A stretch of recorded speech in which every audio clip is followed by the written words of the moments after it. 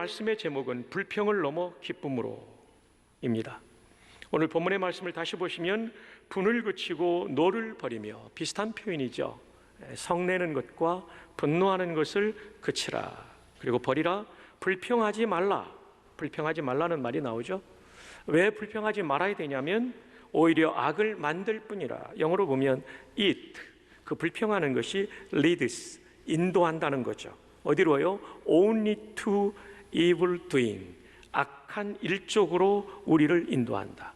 오직 불평은 우리를 악한 일 하도록 만든다는 거죠. 그렇습니다. 광야에서 이스라엘 백성들이 망했던 이유는 무엇입니까? 그 이유는 그들이 불평하면서 하나님께 원망을 했고, 그리고 지도자에 대해서 원망을 했고, 이웃 사람들에 대해서 원망을 할 때 그들은 악한 행동을 할 수밖에 없었던 거죠. 불평을 그쳐야 될 이유, 불평을 하지 말아야 될 이유, 이것을 계속할 경우는 우리는 하나님과 사람에 대하여 대신관계와 대인관계에 있어서 악한 일을 할 수 있기 때문에 이 불평을 그쳐야만 되는 것이죠. 우리가 불평을 할 때는 대부분 어떤 고난과 시련을 만날 때 불평을 합니다. 그런데 여러분 아십니까? 고난이라고 하는 것이 나쁜 것만은 아닙니다. 그래서 고난에 대한 시각을 바꾸면 고난 앞에서 불평하지 않을 수 있죠. C.S. 루이스는 이런 유명한 말을 했죠. 하나님은 쾌락 속에서 우리에게 속삭이시고 양심 속에서 말씀하시며 고통 속에서 소리치십니다. 고통은 귀먹은 양심을 불러 깨우는 하나님의 메가폰입니다. 고통당하기 전에는 양심에 어긋나는 일, 성경에 어긋나는 일을 했다가도 고통을 통하여 사람들은 하나님의 소리를 듣는데 메가폰을 통하여 들려주는 소리처럼 큰 소리로, 분명한 소리로 하나님의 음성을 듣고 고통을 통해 삶을 바꿀 수 있기 때문에 고통은 축복의 통로가 되는 것입니다. 김기현 목사님은 그에 져서 하박국 고통을 노래하다 158조 이하에서 이렇게 말합니다. 고난을 당할 때 고난의 의미를 묻는 것은 신앙과 인생의 성숙을 시키지만 고난의 원인을 캐묻는 것은 도리어 신앙과 인생을 퇴보하도록 만듭니다. 고난의 의미, 이 고난 속에 담겨있는 하나님의 뜻을 구하는 사람은 신앙과 인생이 성숙합니다. 그러나 이 고난의 원인을 규명하려고 하고 누구의 탓이냐라고 추적하는 사람은 신앙과 인생의 퇴보를 경험하게 된다는 거죠. 김기현 목사님은 데이빗 시멘즈의 타치라는 책 51쪽을 인용하고 있습니다. 제자반 하는 분들은, 제자훈련 받는 분들은 이 책을 읽었을 거예요. 51쪽에 이런 내용이 나옵니다. 탓이 과거에 집착하는 것이라면 뜻은 미래를 지향합니다. 탓은 미래를 보지 못하기에 책임 떠넘기기에 골몰하고, 뜻은 과거를 후를 털어버렸기에 책임 떠안기를 즐거워합니다. 하나님의 뜻을 따르는 사람은 내가 책임져 버려요. 그러나 누군가를 탓하는 사람은 책임을 떠넘긴다는 거죠. 과거의 사실을 바꿀 수는 없지만 과거를 바라보는 시각은 바꿀 수 있습니다. 과거의 어떤 사건 사실을 바꿀 수는 없어요. 이미 종료되었으니까.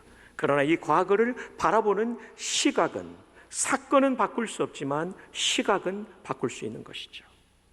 우리에게 필요한 것은 문제에 대한 논리적 해답이 아니라 새로운 시각입니다. 논리적인 어떤 해답을 얻는 것, 그보다 더 중요한 것은 하나님의 시각이라는 새로운 시각으로 과거를 바라보는 게 중요하죠. 예수님은 배신당한 순간에도 가룟 유다의 탓으로 돌리지 않고 오히려 하나님의 뜻을 찾았습니다. 여러분, 고난과 시련, 역경을 만날 때 우리가 누군가의 탓을 찾아내려고 하지 말고 하나님의 뜻을 구할 수 있기를 바랍니다. 자, 그런데 여기에 불평을 이기는 중요한 비결이 오늘 본문에 나와요. 오늘 본문에 몇 절을 건너가면 4절입니다. 또 여호와를 기뻐하라. 하나님을 기뻐하라는 거예요. 1절부터 계속 그 불평할 만한 일들이 쭉 나와요. 쭉 나오는데 이 4절 한복판에 여호와를 기뻐하라. 그가 내 마음의 소원을 내게 이루어 주시리로다. 왜 기뻐할 수 있을까요? 불평할 수밖에 없는 상황에 그 답은 한 가지입니다. 하나님이 내 인생의 통치자가 되신다. 그 하나님은 나를 사랑하신다. 이 고난과 시련에도 반드시 그분의 의미가, 계획이 있다. 아멘. 사실 다윗은 불평할 것이 많은 사람이었습니다. 골리앗과의 전투부터 한번 생각해 볼까요? 아니, 그 전부터 거슬러 올라가면 사무엘 선지자가 왔을 때 형들은 전부 민족의 영적 지도자가 왔을 때 집안에 앉아서 예배를 드리는데 혼자서 양치고 있었어요. 불평할 만하죠. 골리앗과의 전투를 생각해 보세요. 버젓이 상비군이 출전해 있었어요. 형들도 있고 아저씨들도 있고 왕도 있고. 근데 이 무책임한 기성세대 때문에 청소년 다윗이 전쟁터로 나가잖아요. 무책임한 기성세대, 무기력한 기성세대에 대한 분노가 일어날 만했습니다. 전쟁에 승리를 거두고 영웅이 되어 돌아오니까 그렇게 무책임했던 사울왕이 시기, 질투뿐만 아니라 그를 죽이려고 시도하죠. 사울의 칼을 피해 10년간의 도피의 삶을 살았습니다. 풍찬 노숙의 삶은 정말 처절하게 힘들었습니다. 망명했던 적도 있었죠. 여러분, 얼마나 고통을 겪었고 불평하기 좋은 사람이었습니까, 다윗이? 그가 왕이 된 다음에도 전국을 처음부터 다스린 게 아닙니다. 7년 6개월 동안은 헤브론을 중심으로 유다 지파만 다스렸어요. 나머지 11개 지파는 사울의 아들 이스보셋이 7년 6개월을 통치했어요. 그래서 여러분, 사무엘하를 보면 다윗의 집과 사울의 집의 전쟁이 오래죠. 7년 6개월, 한국 전쟁 후에 곱절 이상이 되는 기간을 군사적 긴장 가운데서 살았고 그랬다는 것이에요. 하나님의 기름을 2번이나 부음받았음에도 불구하고 그는 이런 분단된 상황에서 아주 작은 집 하나만을 통치하고 있었다는 걸 여러분 기억하실 거예요. 결혼 후에는 아내에게 조롱과 비웃음을 받았습니다. 아들 중 2명이 비극적인 죽음을 맞이했죠. 장남 암논 여동생 성폭행했다가 그 여동생과 배가 같은 압살롬한테 맞아 죽었어요. 압살롬 반역 일으켰다가 요압 장군한테 심장이 관통돼서 죽었어요. 얼마나 가슴이 아팠을 거예요. 압살롬의 죽음 후에 내 아들 압살롬아, 내 아들 압살롬아, 이 압살롬의 죽음을 슬퍼하던 다윗의 이야기를 우리는 사무엘하에서 만나잖아요. 2 아들이 비명 행사했어요. 살해당했다는 것을 잊지 마십시오. 그의 사랑하는 딸은 조금 전에 말씀드린 것처럼 배다른 오빠에게 성폭행을 당하고 평생을 어두운 그늘에서 지냈어요. 얼마나 불평거리가 많습니까? 그는 아들의 반역으로 왕궁을 버리고 도망간 비운의 왕이었죠. 근데 이 반역을 일으킨 압살롬 편에 측근 중에 측근인 아히도벨이 다윗을 배신하고 그쪽에 가담합니다. 여러분, 사무엘하를 보십시오. 아히도벨에 대해서 성경은 뭐라고 말했습니까? 그의 조언은 하나님이 주신 지혜였다. 이 얘기는 뭡니까? 가장 머리가 좋은 참모였다는 거예요. 얼마나 마음 아팠을까요? 내가 가장 아끼고 내가 가장 신뢰했던 참모가 배신해서 아들의 반군에 가담했다는 거예요. 얼마나 불평이 나올 수 있는 사람이었습니까? 뿐만 아니라 그는 이 반군에 쫓겨 도피의 길에 올랐을 때 정치적 라이벌 가문인 사울의 친족인 시므이에게 표독한 저주의 말을 들었습니다. 그 저주는 사실에 근거하지 않은 그런 저주였죠. 압살롬 반군을 진압했습니다. 그리고 돌아오는 길에 세바의 반역이 일어났는데, 여러분, 이 세바의 반역이 사무엘하 20장에 나오는데요, 다윗이 그런 얘기를 해요. 압살롬의 반역보다 결코 작지 않다. 압살롬의 반역만 기억하는데 세바의 반역에 유다 지파 빼놓고 나머지 전 이스라엘이 세바의 휘하로 들어갔던 것이죠. 얼마나 힘들었습니까? 죽음을 앞두고 있을 때는 압살롬 다음에 최고의 미남이었던 아도니아 왕자가 반역을 일으킵니다. 왕자의 난을 일으킵니다. 그래서 본인이 세우려고 했던 솔로몬 대신 자기가 스스로 왕이 돼요. 유력한 요압과 유력한 종교 지도자들이 이 아도니아 반란 사건에 가담했다는 사실을 아십니까? 얼마나 고통스러웠을까요? 얼마나 분노가 일어났을까요? 그리고 불평이 입에서 쏟아지기 쉬운 상황에 다윗이 놓여 있습니까? 그러나 오늘 본문에 말합니다. 분을 그치고 노를 버리라. 그리고 불평하지 말라. 편안하게 살았던 사람이 아니라 이토록 힘들게 살았던 다윗이 이런 고백을 할 수 있었던 이유가 무엇입니까? 그것은 한 가지. 내 인생의 주관자는 하나님이시다. 이 모든 일을 통하여 하나님은 하나님의 일을 이루실 것이다. 이 하나님의 주권신앙이 하나님을 기뻐할 수 있게 만들어 주었고, 그로 하여금 감사할 수 있게 만들어 준 것이죠. 영국의 청교도 리처드 백스터 목사님은 왜 인생에 기쁨이 없는가? 성도에게 기쁨이 없는 것은 하나님께 영광을 돌리지 않기 때문이다. 맞습니다. 하나님을 기뻐하는 것이 하나님을 영광스럽게 여기며 영광을 돌리는 것인데, 그럴 때 비로소 우리 마음에도 기쁨이 찾아오는 거예요. 주 안에 사랑하는 부전의 가족 여러분, 여러분의 삶 속에 고통스럽고 원망스러운 문제 앞에서 불평 대신 하나님을 기뻐하는 것을 선택할 수 있기를 주님의 이름으로 축복합니다. 그게 불평을 이기는 비결인 거예요. 하나님을 기뻐할 때 우리는 몇 가지를 감사해야 됩니다. 특별히 대한민국 성도로서 첫 번째, 구원받았음을 감사합시다. 아무런 자격 없는 나, 공로로 구원받는다면 저도 자신 없어요. 저도 연약하고 넘어지고 죄성이 남아있는 한 연약한 인간에 불과하기 때문입니다.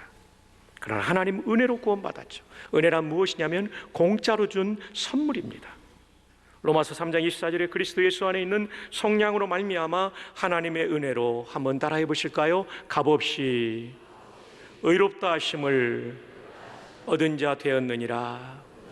값없이 받은 구원, 이거 우리 감사합시다. 이제는 어떻게 살아야 됩니까?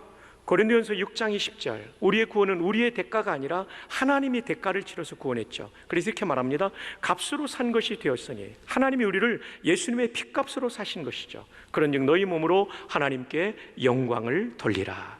아멘. 또 하나는요, 반만년 역사 가운데 대한민국이 이렇게 부강했던 적이 없었던 것을 인해서 감사합시다. 비록 아직도 불평등이 있고 또 불편함이 있고 여러 가지가 많이 있습니다만은, 여러분, 우리나라가 세계 229개 나라 가운데 영토의 규모가 102위입니다. 굉장히 떨어집니다. 절반 쪽 됩니다. 인구 규모로 볼 때는 59위밖에 안 나는 나라. 그리고 불과 약 60여 년 전에 전쟁으로 부산과 경남 일대를 빼놓고 잿더미로 됐던 이 나라가 이렇게 살게 된 거, 이거 정말 우리는 감사해야 됩니다. 너무나도 감사해야 됩니다. 한국전쟁 당시 우리의 개인 소득이 67달러, 이게 전 세계 120위에 해당됐어요. 그 당시에 필리핀이 180달러였어요. 우리보다 한 3배 이상 됐어요. 근데 지금 필리핀은 약 3,000달러고 우리는 3만 달러예요. 그 당시 우리와 똑같은 수준이 미얀마였는데, 미얀마는 지금 1,500달러인데 우리는 3만 달러예요. 여러분, 이 동아시아에 있는 이런 국가들만 비교해도 우리가 얼마나 기록적인 발전했는지 알 수 있죠. 반도체, 휴대전화, 자동차, 조선산업도 이제는 다시 1위를 우리가 회복하고 있지 않습니까? 단일 원자력 발전소 이용률, 국민 문맹률 1%. 미국에 영어 못하는 사람 많은데 우리나라는요, 한글을 못하는 사람 거의 없어요. 1%밖에 문맹률이 없어요. 모든 부분에서 뛰어납니다. 이런 대한민국을 주신 하나님께 감사할 수 있기를 바랍니다. 저 전도사 때 기억나요. 봄, 여름, 가을, 겨울 양복 한 벌이었어요. 와, 여름에는 진짜 더웠어요. 강론할 때만 위에 옷 입고 나머지는 벗고 있었어요. 지금은 계절별로 있어요. 계절별로. 구두 한 켤레 가지고 버텼어요. 지금은 그래도 3켤레 있어요. 운동화 하나 가지고 버텼어요. 지금 여러 켤레 있어요.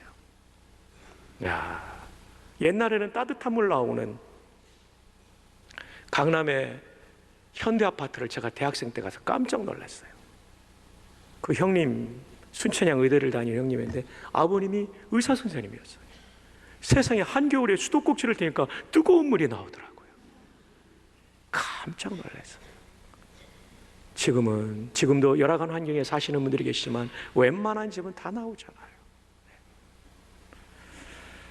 뿐만 아니라 우리는 분단 이후에 끊임없는 북의 군사적 도발로 어려움을 많이 당했습니다. 아시는 대로 1968년도입니까? 김일성이 보낸 김신조 일당이요, 청와대 한 200m 앞까지 내려왔어요. 저는 수도를 지키는 수도방위 사령부 목사를 했기 때문에, 군목을 했기 때문에 자하문을 알아요. 자하문 내려가면 바로 청와대예요. 자하문 그쪽까지 내려왔었어요. 그래서 우리나라는 군사적으로 할 때는 데프콘 4라고 말합니다. 데프콘이 뭐냐면 Defense Readiness Condition, 방어 준비 태세. 그러니까 전쟁이 일어날 수 있는 상황일 때 데프콘 4부터 시작됩니다. 데프콘 4는 아주 미약한 상태. 3는 이제 휴가 나간 장병들 복귀해야 돼요.